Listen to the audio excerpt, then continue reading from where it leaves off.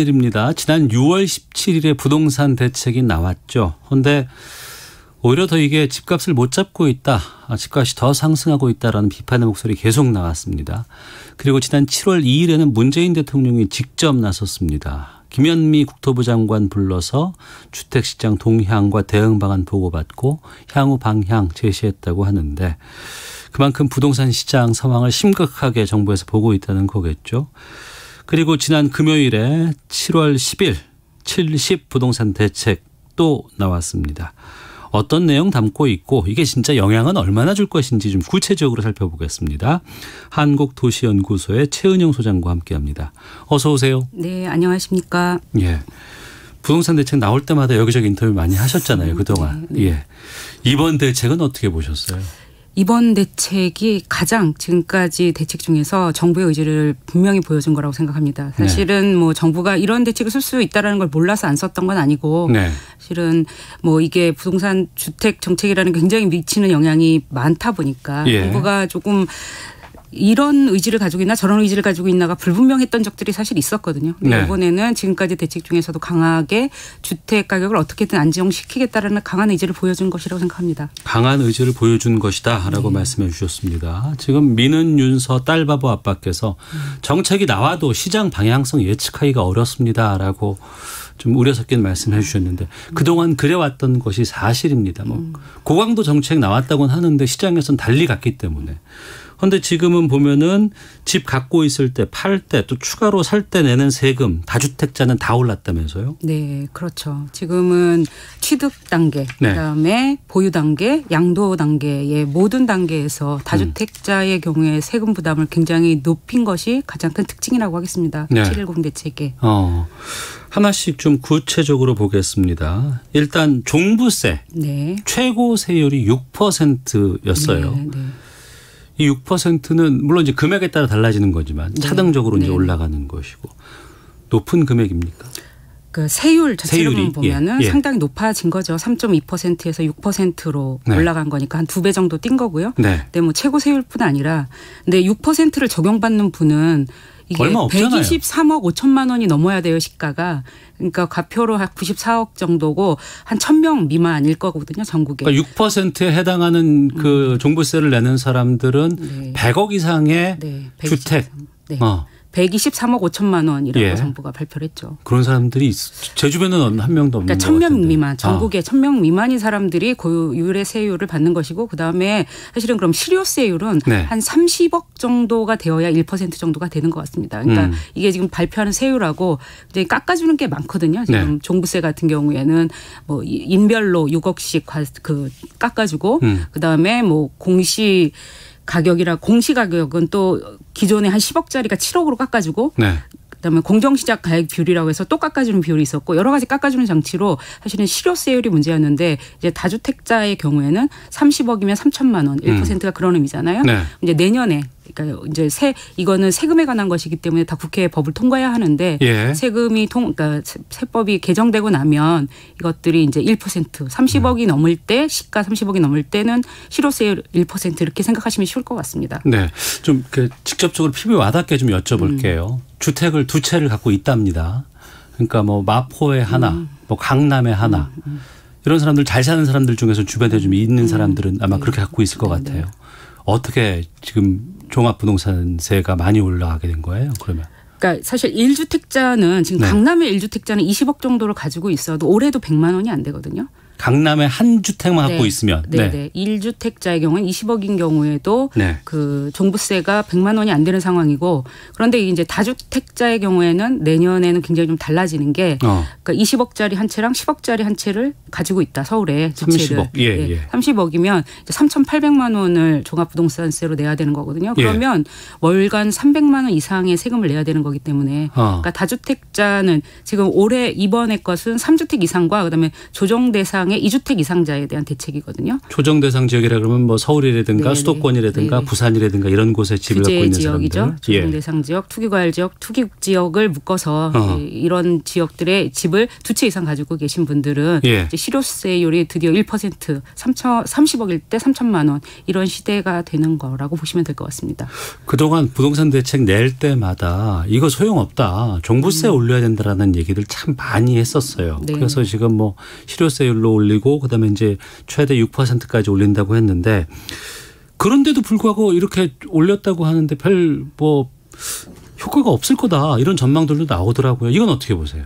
네, 그러니까 한 가지 대책이 뭐 주택을 가격을 안정시킬 수 있으면 정부가 그걸 안 했을 리가 없잖아요. 네. 그러니까 한 정책 가지고 할 수는 없죠. 종부세를 인상시킨다고 주택 가격이 바로 안정되지는 않을 건데요. 네. 근데 이제 그 한 수단이 되는 거죠. 주택 가격 안정으로 가기 위한 그래서 취득세, 뭐 양도소득세, 보유세를 지금 다 같이 정부가 올리는 방식을 택한 거고요. 네. 보유세를 이렇게 그러니까 다주택자가 아까 뭐 30억이면 2채이면 3,800만 원 정도라고 하는데 이거를 우리가 부담할 수 있는 사람 그렇게 많지 않거든요. 그리고 6.17 대책도 거기에서 법인을 굉장히 강화시켰어요. 6.17에서도요? 네네. 그러니까 6.17 대책도 사실은 법인 쪽에서는 굉장히 강한 대책이었거든요. 예. 종합부동산세를 강화시켰고 그다음에 아까 제가 인별을 공제해 주는 게 있다고 말씀드렸는데 그런 것도 법인은 지금 다 없앴고 네. 그다음에 여러 가지 장치를 통해서 법인이 가지고 있는 주택 매물은 지금 계속 나올 예정이거든요. 그런 면에서 그 효과가 전혀 없지는 않을 것이라고 생각합니다. 종부세는 사실은 주택가격 안정이라는 목적도 있지만 네. 고가주택을 가진 분들의 세금 부담, 세금을 사회적으로 가져야 부담해야 된다는 측면에서도 의미가 있는 세금이기 때문에 네. 네, 정부가 적절한 조치를 했다고 생각합니다. 이번 조치 발표 이후에 이제 일부 언론에서는 1주택자도 종부세가 올랐다더라 이런 얘기들 많이 좀 보도가 되곤 있습니다. 그 구체적으로 얼마나 오르는지 잘 모르겠어요. 1주택자들은 글쎄요 이런 그 고강도 부동산 대책에 영향을 좀 안 받는 게 맞지 않을까 싶거든요.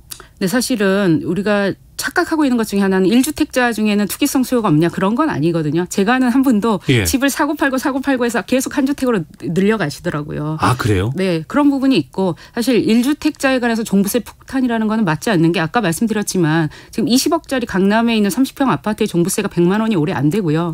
내년에 인상을 해서 그래도 200만 원이 안 돼요. 네. 이런 것들을 폭탄이라고 얘기하는 거는 좀 언론에서 과도하게 나서는 측면이 있는 것 같습니다.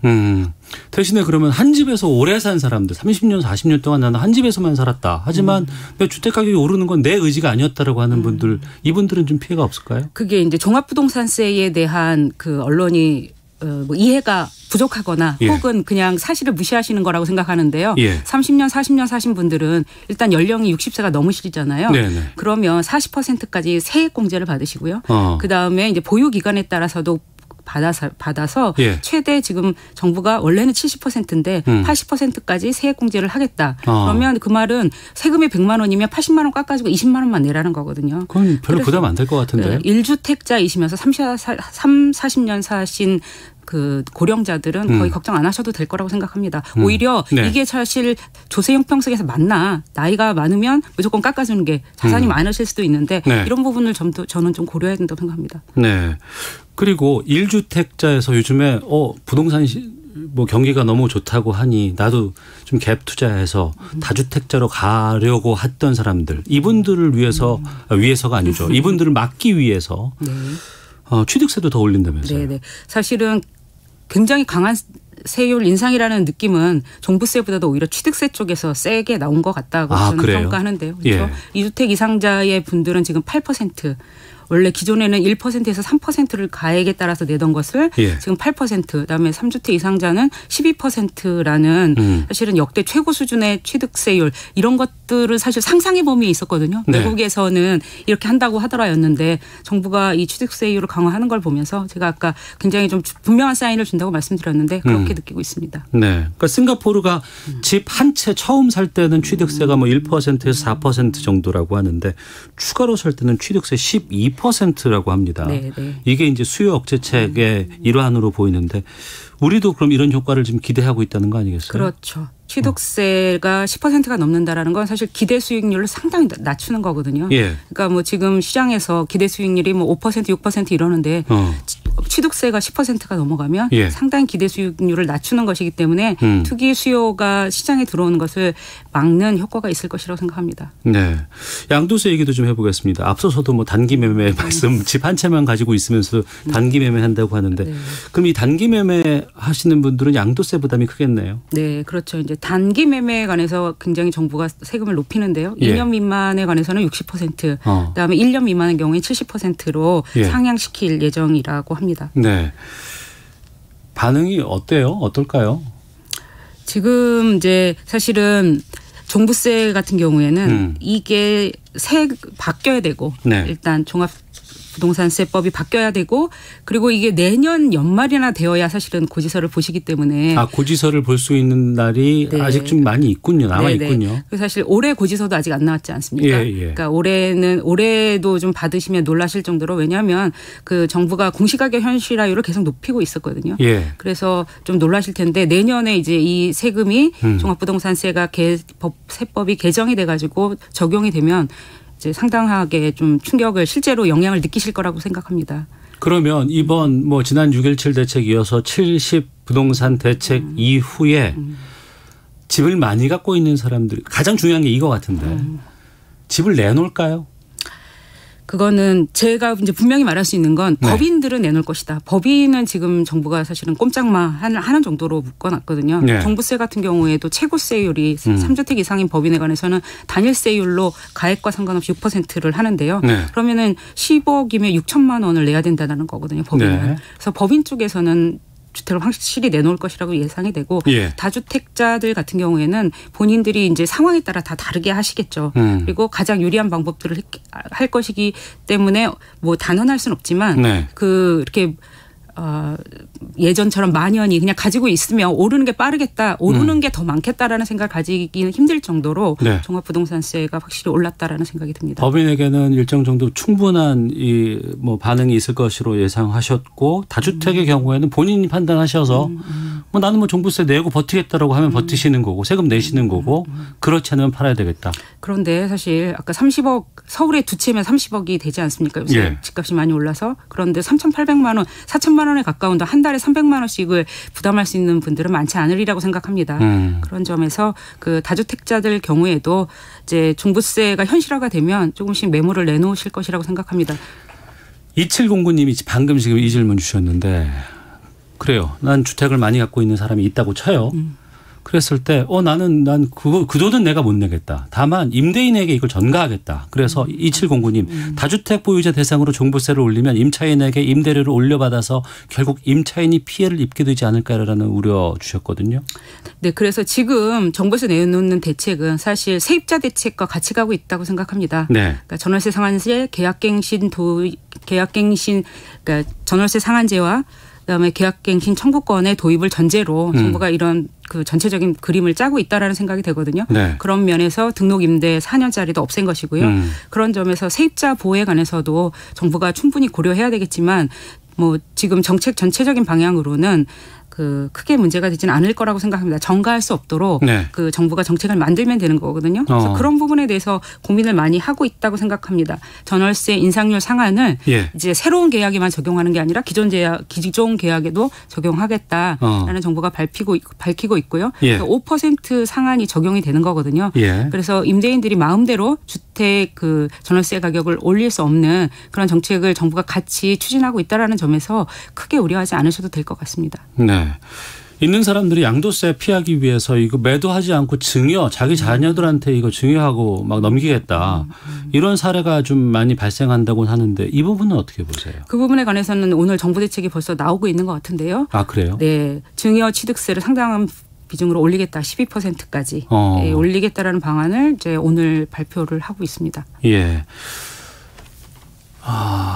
뭐 22차례 대책이 나왔다고 하고 하지만 시장에서는 전혀 거기에 아랑곳하지 않았다고는 하는데 아직까지 앞서서도 이번 대책 같은 경우에도 고지서가 내년 연말까지나 돼야 받아볼 수 있다고 합니다. 또 이번 대책 같은 경우에 또 지난 12월 대책도 그랬고 전반적으로 부동산 대책은 입법이 따라줘야 된다는 얘기를 들었어요. 네. 국회 통과하는 게 중요한 거 아닐까요? 네. 그러니까 굉장히 강한 의지를 가지고 정부가 정책을 추진하고 있고 지금 국회 상황도 법률을 의지에 따라서 통과시킬 수 있는 상황 아닙니까? 정부가 네. 다수당이 됐고 그런 측면에서 크게 걱정하지는 않는데요. 그리고 아까 이제 정부 정책이 한 번도 안 먹힌 거 아니냐 이렇게 얘기하셨지만 사실은 뭐 그 9.13 대책 이런 것들은 굉장히 강하게 먹혔습니다. 정책이. 그래서 이게 주택 가격이라는 게 항상 상향되는 건 아니고 그 상향했다가 하향했다가 하는데요. 그래서 이제 정부가 정말로 의지를 집값을 잡겠다라는 의지를 가지고 정책을 펴면 근데 이제 아까 말씀드렸던 것처럼 사실은 그 정부의 의지가 좀 의심스러운 지점들이 가끔 있었거든요. 네. 이번에 좀 분명하다는 점에서 집값 안정에 이번 대책이 크게 기여할 것이라고 생각합니다. 가정에서 질문 드려보겠습니다. 뭐 30대 뭐 중반에 이제 신혼 부부, 뭐 결혼한 지 얼마 안 된 부부가 지금 뭐 전세나 월세로 지금 전전하면서 살고 있는데 집을 구할래야 너무 비싸서 못 구했어요.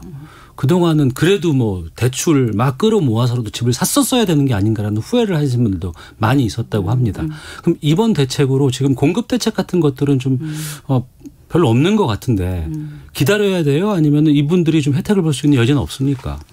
공급 대책이 없다고 비판하시는 분들이 그런데 사실은 30만 서울 그 수도권에 30만 호를 공급한다라는 대책, 그다음에 5월 6일 날 서울 도심에 7만 호 공급한다는 대책을 발표했거든요. 네. 그다음에 주거도시 그러니까 주거복지 로드맵을 통해서도 상당한 주택 공급을 하겠다라고 했고 그래서 사실은 뭐 실수요자 분이시라면 앞으로 수도권의 도심 서울 도심에 공급 예정이 많기 때문에 좀 기다리시는 것이 지금은 주택 가격이 너무 비정상적으로 올라 있는 상태고 그래서 그거는 뭐 단언해서 말씀드릴 수 있는데 지금은 좀 기다릴 시점이다라고 말씀드리겠습니다. 예.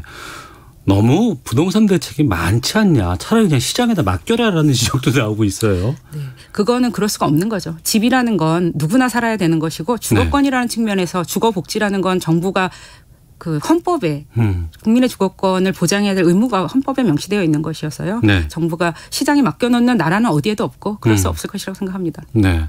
청취자 8173님. 문제는 정부 정책에 대한 불신입니다. 22차례 걸친 부동산 대책 규제만으로 성공한 부동산 정책은 없었던 것 같습니다. 5754님. 세금 통한 규제도 중요하지만 집값 상승의 요인 중 하나인 분양가 상승도 잘 살펴서 원가 공개라든가 분양가 상한제 강력히 실행해야 합니다라고 의견 주셨는데 이 부분은 어떻게 보세요? 네, 그렇게 생각합니다. 분양가 상한제 같은 경우에는 전국 전면적으로 의무 실시해야 되는 것이 필요한데 정부가 이제 그런 부분에 관해서는 아직 그 핀셋 규제라는 전반적인 경향은 계속 가져가고 있거든요. 근데 분양가 상한제는 전국에 전면적으로 실시해야 문제 발생을 줄일 것이라고 생각합니다. 알겠습니다. 여기까지 말씀 듣겠습니다. 한국도시연구소의 최은영 소장과 함께했습니다. 효과가 나올 때쯤 다시 한번 모시겠습니다. 네. 예, 고맙습니다. 네, 고맙습니다. 잠시 후